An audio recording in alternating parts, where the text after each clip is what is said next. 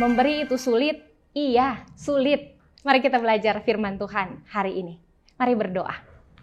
Tuhan, saat ini kami dibawa untuk belajar tentang panggilan hidup kami sebagai orang-orang yang mau dipakai oleh Tuhan untuk menjadi alat berkat. Buat kami untuk mengerti supaya kami mau memberi hidup kami bagi Tuhan dalam persekutuan dengan orang lain. Dalam nama Tuhan Yesus kami berdoa. Amin. Mari kita membaca kitab Filipi pasal 4 ayat 15 dan 16.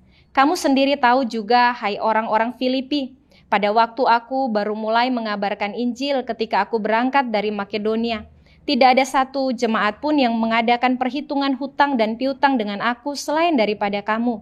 Karena di Tesalonika pun kamu telah 1-2 kali mengirimkan bantuan kepadaku. Saudara, memberi itu sulit, benarkah? Iya, sulit. Sulit bagi mereka yang egois dan hanya mau menang sendiri. Memberi menjadi sulit saat kita hanya berfokus pada diri kita sendiri, berfokus apa keuntungan yang kita dapatkan, berfokus memenuhi segala kebutuhan, bahkan mungkin hal-hal yang tidak terpuaskan dalam hidup. Memberi menjadi sulit sebab kita hanya melihat diri kita dan tidak mau melihat orang lain.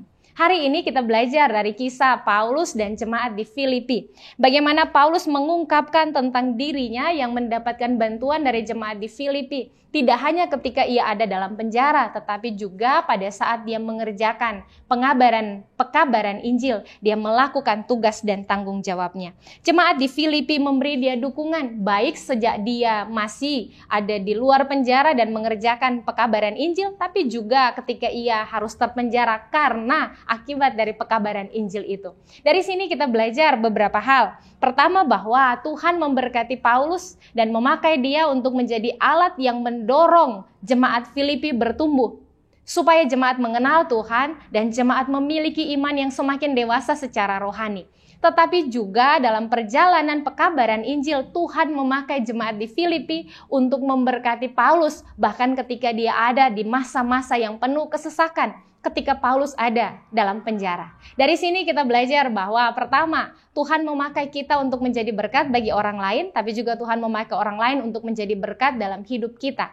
Jika kita hanya berfokus pada diri kita sendiri, kita tidak akan bisa melihat ada orang lain di sekitar kita yang Tuhan hadirkan untuk kita tolong.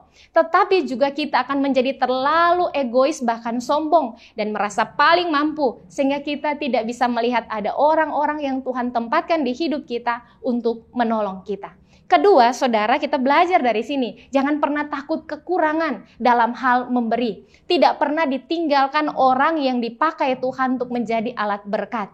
Bahkan semakin kita membawa diri kita untuk menjadi alat berkat Tuhan, demikian Tuhan membawa hidup kita berguna, bermanfaat bagi banyak orang.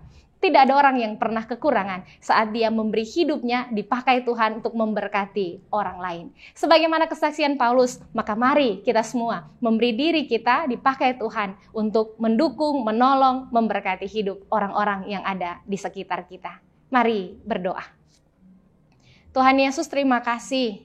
Biarlah kiranya hidup yang Kau beri bagi kami pakai untuk pekerjaan-pekerjaan yang membawa manfaat dalam hidup bersama orang lain. Biarlah dalam semua kelebihan, talenta, potensi yang Tuhan karuniakan bagi kami mampu menjadi pribadi yang berguna bagi banyak orang.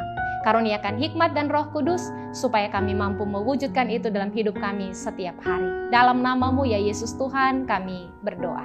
Amin. Dalam segala perkara Tuhan punya rencana yang lebih besar dari semua yang terpikirkan. Apapun yang Kau perbuat